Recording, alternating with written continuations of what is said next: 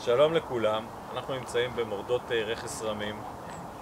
ממש קרוב אלינו אנחנו יכולים לראות את שביל ישראל, ואנחנו נמצאים פה בפינת מרגוע שאנחנו מאוד מאוד רוצים להפוך אותה לפינת הנצחה לזכר שני חברים יקרים שלנו, אמיר שייח וחי קלומיטי, שנהרגו בדרום לבנון. הנקודה היא מקסימה וצופה אל עמק החולה. אפשר לראות את קיבוצי החולה, מורדות רמת הגולן, את החרמון, רואים אפילו קצת שלוגיות בחרמון הסורי שם למעלה, מתחתיו את הר דוב, פה קרוב אלינו את קריית שמונה, מטולה בקצה, אפשר לראות את המבצר הצרפתי, את עין חיים, את החלק האחורי של מר ג'יון. כל פתחת מר ג'יון פתוחה מולנו. מקום מאוד מאוד מיוחד ויפה, שאותו בחרנו להפוך לפינת הנצחה, ואנחנו מזמינים אתכם להצטרף אלינו.